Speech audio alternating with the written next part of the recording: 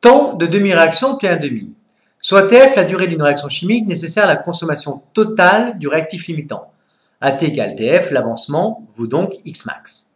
Le temps de demi-réaction, noté T1,5, est la durée au bout de laquelle l'avancement est égal à la moitié de l'avancement maximal.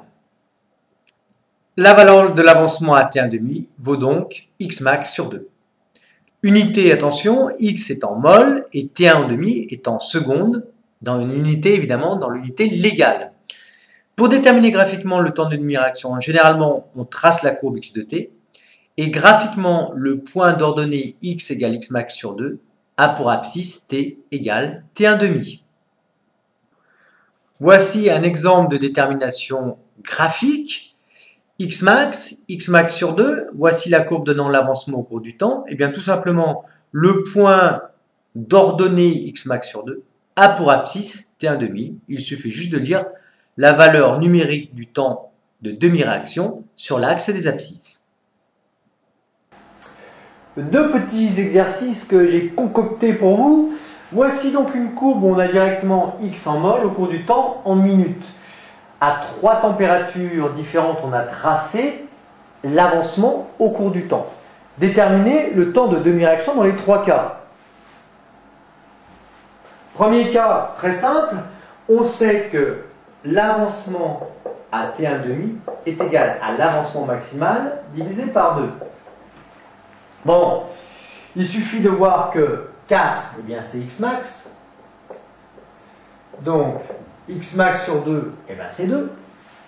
Donc X à T1,5 est égal à Xmax sur 2, 4 divisé par 2, 2 mol.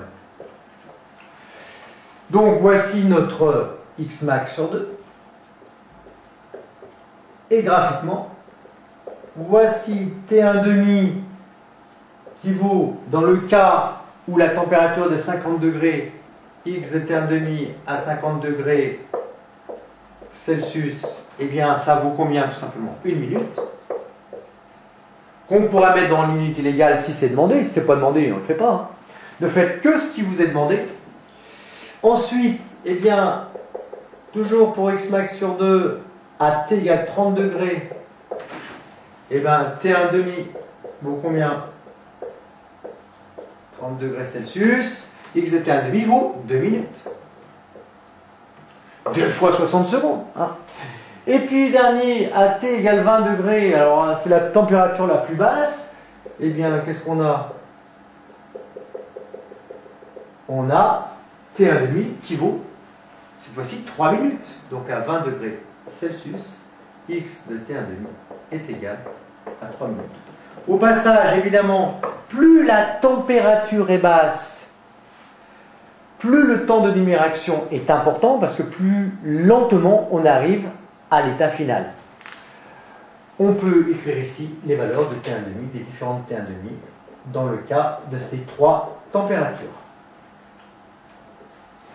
Deuxième exercice, cette fois-ci on a uniquement l'absorbance au cours du temps et on vous demande à partir de l'absorbance au cours du temps, tiens, on va se prendre Amax égale par exemple 1,5, on a 0,5, je vais vous demander que vaut à votre avis le temps de demi-réaction? Ah, plus dur là peut-être. Bien, vous avez trouvé?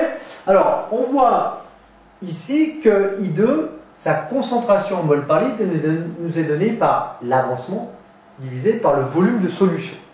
Comment peut-on relier A à X?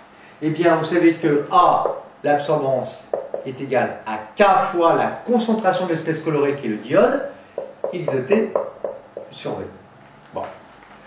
À T1,5, on a X de T1,5 égale Xmax sur 2.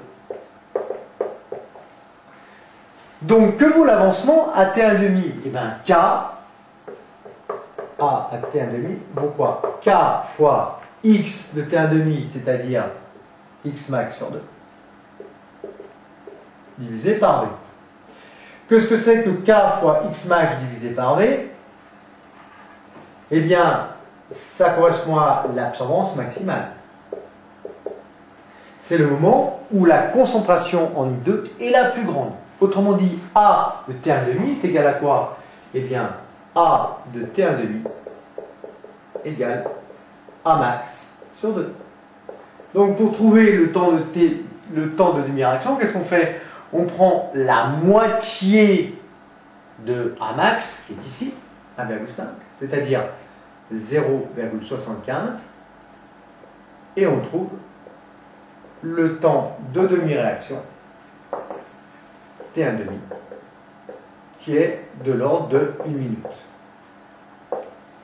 Voilà dans le cas où on n'a pas la courbe de l'avancement au cours du temps, mais de l'absorbance au cours du temps. Voilà comment est-ce qu'on détermine le temps de demi-réaction, toujours graphiquement évidemment.